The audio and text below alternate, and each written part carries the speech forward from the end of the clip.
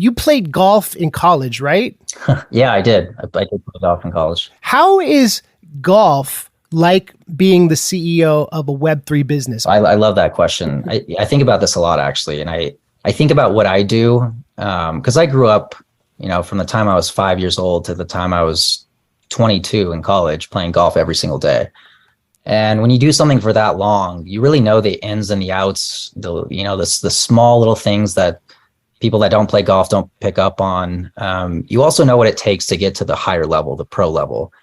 And you also know if you're not good enough to get to that level.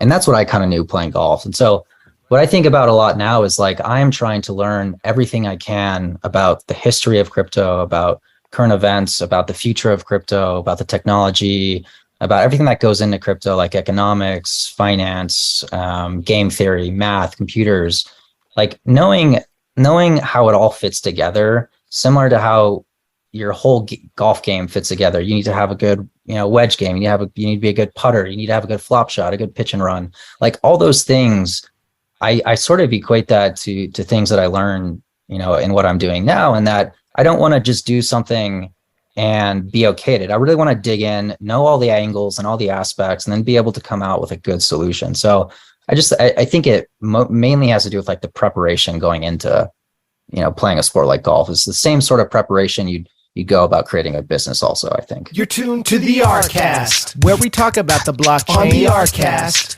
and how your data remains the ArCast, where ArDrive is the topic, censorship-resistant permanence. Yeah, we got it. Welcome to the ArCast. This is episode 20. This week we're talking to Gabe at Arcade.xyz. I linked with Gabe through one of his colleagues at the Mask.io event at NFT NYC, and I started talking to them about their work in the NFT world and how Gabe took his business acumen from his generational knowledge of his family running pawn shops in El Paso and turned that into a platform for NFT liquidity. And I was really interested in their shift from ETH-based NFTs to other ones like Arweave-based NFTs, Solana-based NFTs. So it was a good chat. This week's episode is brought to you by our friends at Gradacity. If you haven't checked out Reveries of Imitar, please do, because it's awesome. They do amazing games. Inferno's still going hot as the summer blazes on, and RNS is still popping. So stay tuned to our socials for info on that. We're on TikTok. There's an ArDrive news account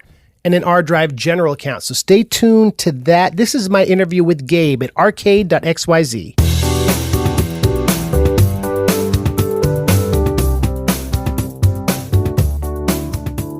Hey everyone, welcome to the ArCast. I am here with Gabe Frank, who's the CEO of Arcade.xyz, which is the DeFi NFT lending platform. Gabe, thank you for being on the ArCast. Of course. Thanks for having me, Andrew. So you are based in Texas. You grew up in El Paso, is that right? So I was born and raised in El Paso, and I've been here. I lived here until I was 26, and then I moved to Palo Alto to work at a crypto startup. So I'm kind of all over now. I spent a lot of time in New York, but I've been doing the nomad thing for about a year now. So I'm bi-coastal, New York, California, the Bay Area, and then Texas, where I'm from. So you come from multi-generational pawnbroking blood. Like you were saying, your family has been in that industry for years. Do you want to talk a little bit about that and like how it influenced you? Sure. So yeah, I'm a third generation pawnbroker. My grandpa, his name was Benny. He started one of the first pawn shops in El Paso, Texas in 1947. And my dad grew up going to the shop with him. And so he took over the business in, I think, 1981 and expanded to about 8 or 9 storefront pawn shops. And so I studied finance in college, and then in college and shortly after I was working full time for my dad, behind the desk, making loans against items and yeah, really learning the business. If you were to try to explain to your grandparents, like the industry that you're in, like how would you explain it to them? Yeah, I mean, so there's a lot to unpack there. I usually, like when I'm talking to somebody that's older and has no idea about crypto, I just say, we have a software company. Right. That's the easiest way for people to understand that have no clue. But yeah, basically we take scarce digital assets and we turn them into liquid assets by collateralizing them and making them liquid. And the platform's completely non-custodial, meaning we don't even take custody of any of the NFTs or assets. Unlike a pawn shop that takes custody of the item and they hold it in a back warehouse and keep it safe, and then the borrower comes and picks it back up if they pay the principal plus the interest.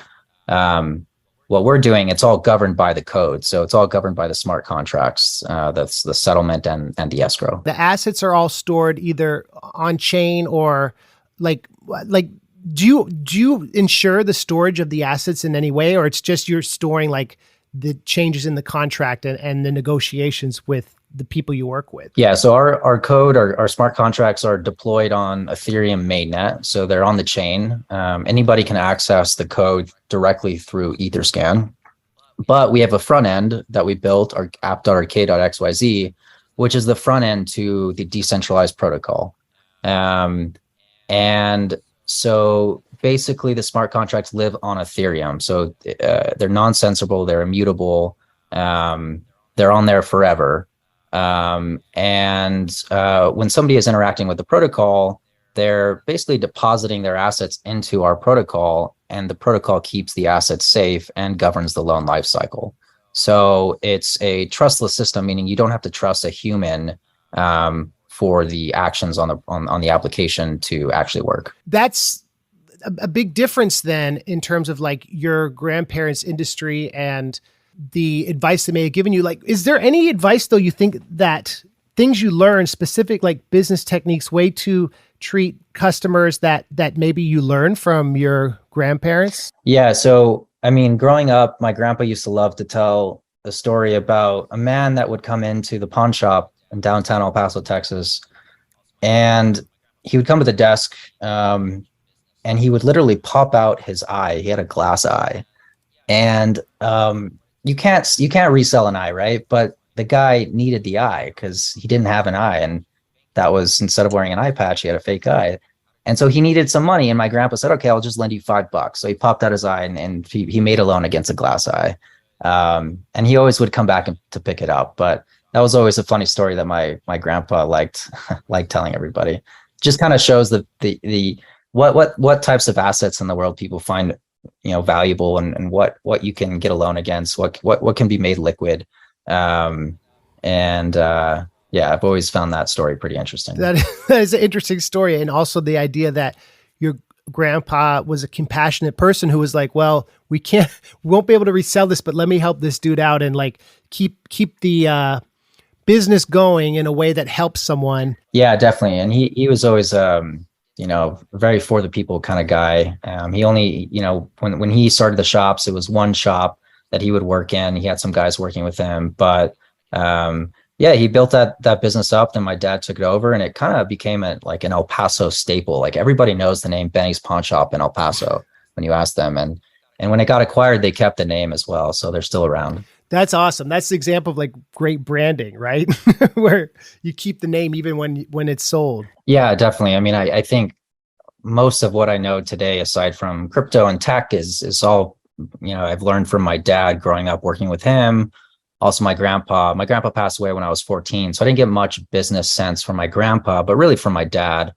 And yeah, I learned, what it takes to operate a business as far as like accounting function, marketing function, banking relationships, investor relationships, how to treat a customer, a user, customer service. So things like that, I really got a, pretty good education actually working in the shops with my dad and seeing the interactions and how to price assets and everything that goes into running a business. What was the most surprising physical thing you saw like in the pawn shop world that you were like, wow, I can't believe someone is pawning that? Does anything stand out? Yeah, I mean, you'd be surprised what like the treasures people have that they're very tied to. Like I was working behind the desk one time and somebody brought in a lion's head, like a real lion head. Wow. And I think we bought it for like $40 or something. So taxidermy was a big item that we bought also. Another time, some kid walked in with like a prosthetic leg, and it wasn't his because he had both legs. And we didn't end up taking that. We didn't lend against it because you can't resell a prosthetic leg, right? Some of the other things were like really big diamonds, like cool watches, jewelry, like family heirlooms that, people are not necessarily selling because they need the cash, but because they're trying to liquidate their assets, and, that's something they're willing to let go. So yeah, I got to see a lot of cool things, valuable stuff, all the way down to like $5, $10 tools that people actually got loans against. Okay, so there's that question of like, what is worth lending a loan against? And I'm sure you all have a criteria that you apply to potential NFTs, right? Like, is it mainly value? Is it the chain? Like, how do you determine what NFTs you'll loan against? Or is it basically anything that has value? Yeah, I mean, it's really anything that has value and also has lender demand, like lender appetite. So if there's an NFT collection that you have market participants that are willing to take a risk on that asset, then we'll have a market for it. So right now we support about 40 different collections, and it's mostly the collections that have, secondary bids and there's liquidity. And in the event of a default, a lender can actually liquidate the asset and get their, recoup their principal. So we stick with the high value assets, but starting to support more kind of lower level collections also. Do you have any Solana NFTs or Arweave NFTs? Or mainly ETH right now, just because that's where the bulk of the value is tied up in ETH L1 NFTs. But right now, the majority of the value is on ETH. So I was researching your background, and I read something that you played golf in college, right? Yeah, I did. I did play golf in college. How is golf like being the CEO of a Web3 business? I love that question. I think about this a lot, actually. And I think about what I do, because I grew up, from the time I was 5 years old to the time I was 22 in college, playing golf every single day. And when you do something for that long, you really know the ins and the outs, the small little things that people that don't play golf don't pick up on. You also know what it takes to get to the higher level, the pro level. And you also know if you're not good enough to get to that level. And that's what I kind of knew playing golf. And so what I think about a lot now is like, I am trying to learn everything I can about the history of crypto, about current events, about the future of crypto, about the technology, about everything that goes into crypto, like economics, finance, game theory, math, computers, like knowing how it all fits together, similar to how your whole golf game fits together. You need to have a good, wedge game. You need to be a good putter. You need to have a good flop shot, a good pitch and run. Like all those things, I sort of equate that to things that I learn, in what I'm doing now, and that I don't want to just do something and be okay at it. I really want to dig in, know all the angles and all the aspects, and then be able to come out with a good solution. So I think it mainly has to do with like the preparation going into, playing a sport like golf. It's the same sort of preparation you go about creating a business also, I think. And a lot of it, I imagine playing golf is improvisational and having contingency plans when you're on the green and something unexpected happens, or there's something out there that you didn't expect to see or weather, right? You have to like be flexible, I imagine too. Definitely. You have to be able to see all the different angles and be creative also with them, and maybe think of things that other people wouldn't think about. So yeah, like the game of life is like the game of golf.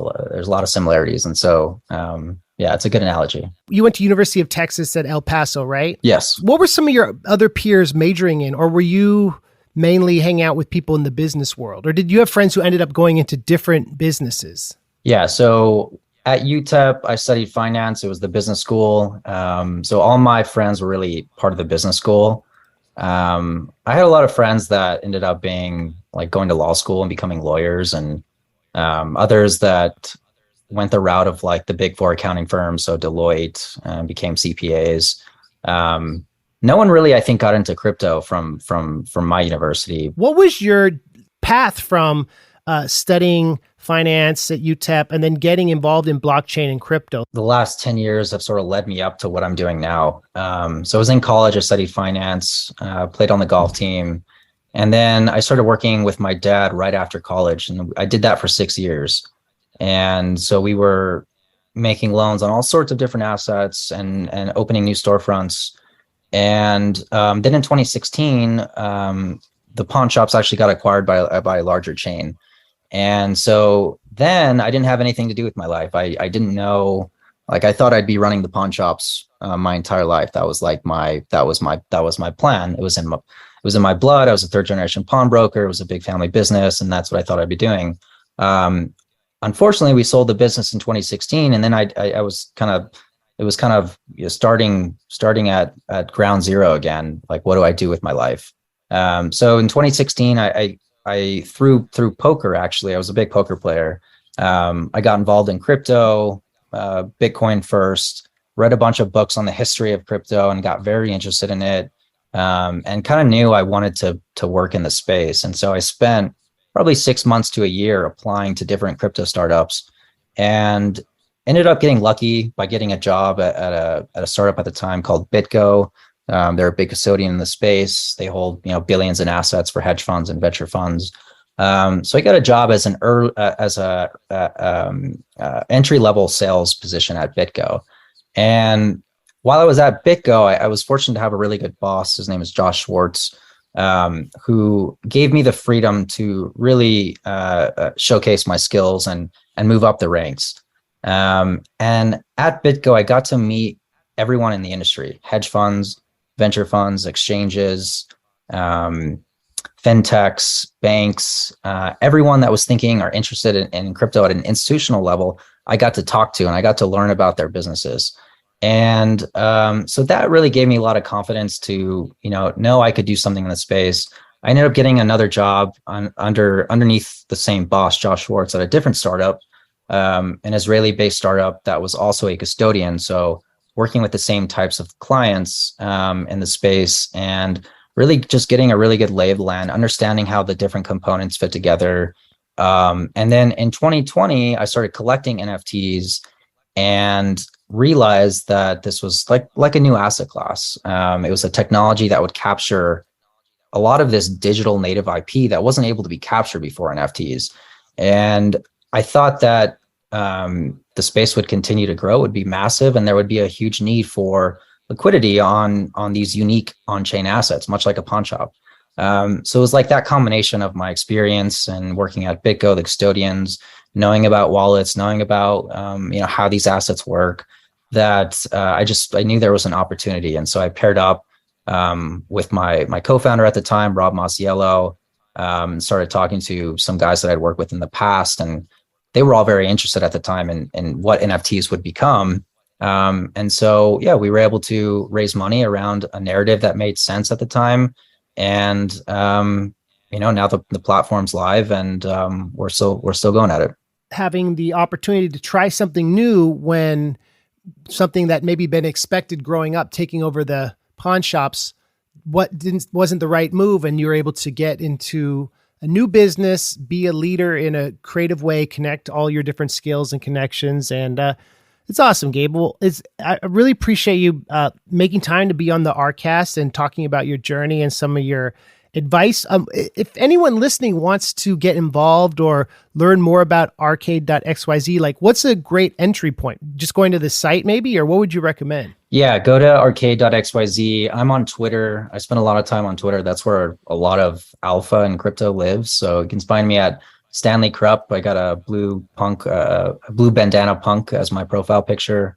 Also, if they want to email me, Gabe@Arcade.xyz. And yeah. Well, awesome. Well, thank you for being on the ArCast, and we'll keep everyone updated on all your projects. Awesome. Thanks, Andrew. Thank you, Gabe. Those were some great stories. And I love the one about the eyeball and your grandpa. Sounds like you come from a great family. Thanks for making time to talk. We'll be back next week. I hope everyone's summer's going well. Thanks for listening to the ArCast. I'm Andrew, and know before you stow. See you soon.